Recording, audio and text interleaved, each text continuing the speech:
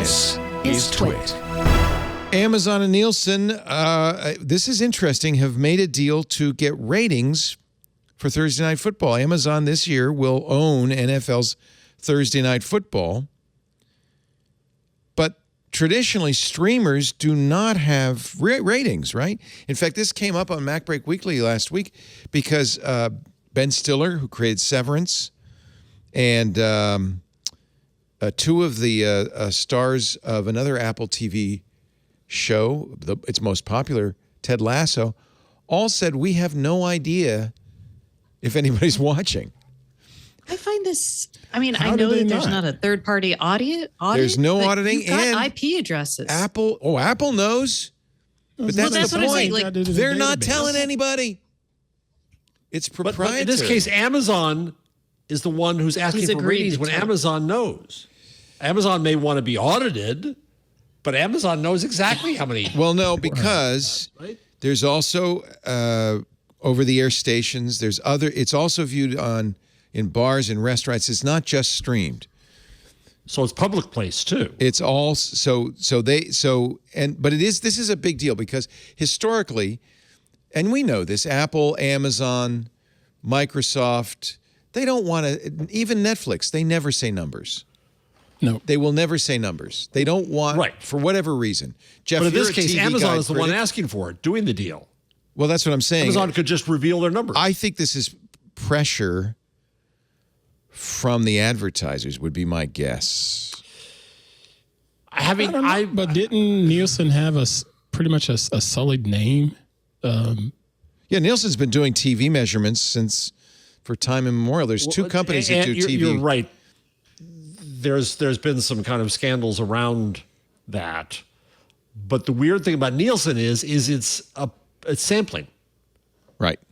Okay. So they do people meters. They have people meters and that kind of stuff. So they only this is the problem with small niche things is the odds that the one person who's sampling in Montana is watching your show, speaking for all of Montana, and the statistics are pretty low in a time of abundant choice. Nielsen said this will be the first time they'll be doing measurements on both a streaming service and a live streaming program. I guess you just said the same thing. Yeah, but that's what I'm reading. This was TechCrunch. Nielsen said this will be the first time the firm will include a streaming service and its live streaming program in its national TV measurement service. I guess it's the first time they've ever done for streaming. So is Thursday night, I guess, tell me, chat room, is Thursday Night Football going to be on TV as well? Or is it just on Amazon? It used to only Last year it was on NFL both. Network. Yeah. It used to only be on NFL Network exclusively. It wasn't something that ESPN would pick up. It was just the NFL Network. And then they split it. It was able to be available on Prime Video and NFL Network. I don't think NFL's got it anymore. I think it's just Amazon. That's what it reads. Because remember, Amazon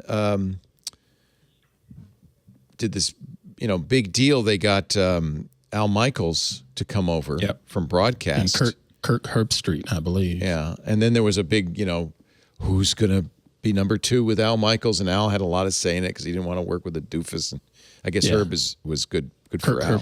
Kirk Herbstreit or Herb Kirkstreet, whoever was just exactly who Al wanted. Out-of-home viewing refers to bars, restaurants, and hotels. Anyway, it's interesting. You're right, Jeff. I mean, that was my thought is, well, doesn't Amazon already know exactly? And there's no broadcast TV. So for some reason, Nielsen's streaming TV charts now include Apple TV Plus for the first time. Okay, so that started in October of last year. So, and to answer your earlier question, I'm trying to look up everything that's behind a paywall. But there were accusations that Nielsen was underreporting viewership numbers, which is always the complaint of networks. Yeah. Right? That can't possibly be that low. I know more people were watching. Right. Which probably means Nielsen was accurate. But if no one believed it, why would they trust them, years later, especially if they were getting it wrong? And you're right, it's the only name in town. I guess that's the only reason they would trust it. They've been up for sale and more. I was on the original committee for the Audit Bureau of Circulations. for magazines. And they thought that advertisers would want an audit of the total audience of a magazine, which of course they didn't, because no longer was it presumed that one person read the entire magazine and saw every ad. So all they wanted was an audit of their flight of ads that was served.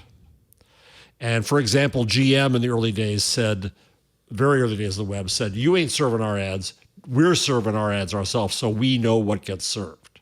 Here's what Amazon said. Our collaboration with Nielsen will allow us to provide advertisers with familiar campaign measurements to make apple-to-apple comparisons. So this is exactly what I thought, which is advertisers are saying, yeah, streamers, you tell us how many downloads, how many IP addresses, but we want to know the same. Third party. We want to know those numbers. Yeah, first of all, trusted third party, right? Because we have the same problem in podcasting. We want a trusted third party, and we want those numbers to be the same kind of numbers we get from the networks. You know, share and ratings and a dominant area of dominant influence and all that stuff. But in a panel, podcasts could never show up, because the odds of a panel member having watched in the period or listened.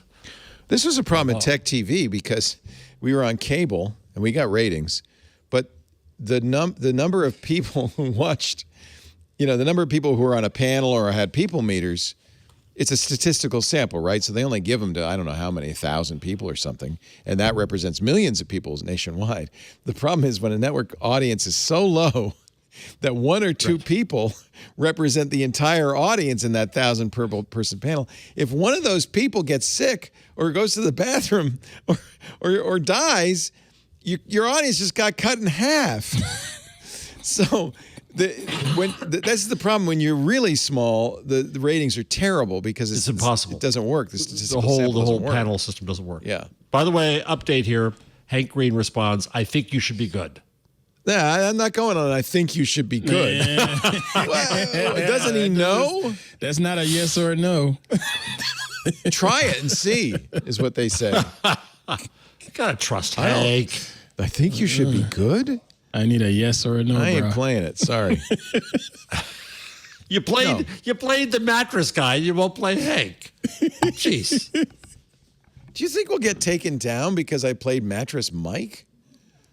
I don't know. Well, you played a show about him. That's what was Mattress Mac. Mattress Mac. He's gonna take. You're gonna get taken down because you misnamed him. I don't know if Mattress Mac is on. He's watching. I don't know. Oh, here's how they're going to do it. They're not going to do. Nielsen will rely on a panel of 42,000 homes that it uses to measure traditional broadcast and cable channels. It's ridiculous. Initially, this is going to be terrible. Nielsen will primarily measure Amazon viewers on TV sets. The very fact that they use the phrase TV sets sounds like the 50s. I am going to go home and watch the game on my TV set. Can you touch those great Amazon rabbit ears we got on that TV? Boy, Jeff gave us a great set of rabbit ears. Was it UHF or VHF? Nielsen will also track audiences on mobile phones, tablets, and laptops. Amazon will also provide advertisers with its own viewing data, which will show what BS Nielsen is. That's going to be interesting. But what's interesting about this is how much of an advertising company Amazon now is. Oh, yeah. Its advertising revenue is bigger than the revenue of the entire magazine industry. But think about this. They spent for Thursday Night Football $1.2 billion a season for 11 seasons. They spent big bucks. So they're going to count somewhat on advertising revenue. I think Amazon probably feels like it's also a benefit to Amazon Prime and so forth. But I think they want to recoup some of that. Can you a la carte stream just the football, or are you only for Prime, or is it free with Prime? What's the deal? Oh, I don't know. It's free with Prime Video. Excuse me. I don't think you could just buy the I don't know. Exclusively on Prime. I've watched it on Prime. I've watched it on Prime Video, and I've not spent anything extra. Yeah, no, it came with Prime last year. But remember, they were sharing it with, let me see. Oh, that's right. They were sharing it with NFL. It says included with Prime. Prime Video is the exclusive home of Thursday Night Football beginning in 2022. 15 regular season games. They spent almost $1 billion a game starting September 15th. All are included with Prime. And yes, you have, $1.2 billion a year for 11 years. Right. That's not, doesn't come down to 1.2 billion a game. Well, 1.2. Oh, you're right. Never mind. I meant 100 million a game. You're right. Leo math. I didn't divide right. It's $1.2 billion for 15 games. So it's like 90 million or something a game. Slight difference. 900 million. The thing is, though, million. those Thursday night games are usually pretty highly rated. Are they? Yeah. They're hardly ever duds of football games. For a while. I don't know why. This was the game where they would wear neon uniforms. Yeah, and that's the thing. They do the whole colorway uniforms. Each team would have a special Thursday colorway uniform. But the games are usually pretty entertaining. Ant is like the only normal person in a whole world. On this panel. Well, he knows who Herb Kirkstreet is, and I have to give him credit for that. Herb Street. I'm going to campaign to get him renamed. If Al Michaels, even once in those 15 games, calls him Herb Kirkstreet, I'm going to be very happy. Well, you know, Herb. Every Thursday night football game has multiple broadcasts options. Well, there's a typo right there. Good job, Amazon. Multiple broadcasts options to choose from.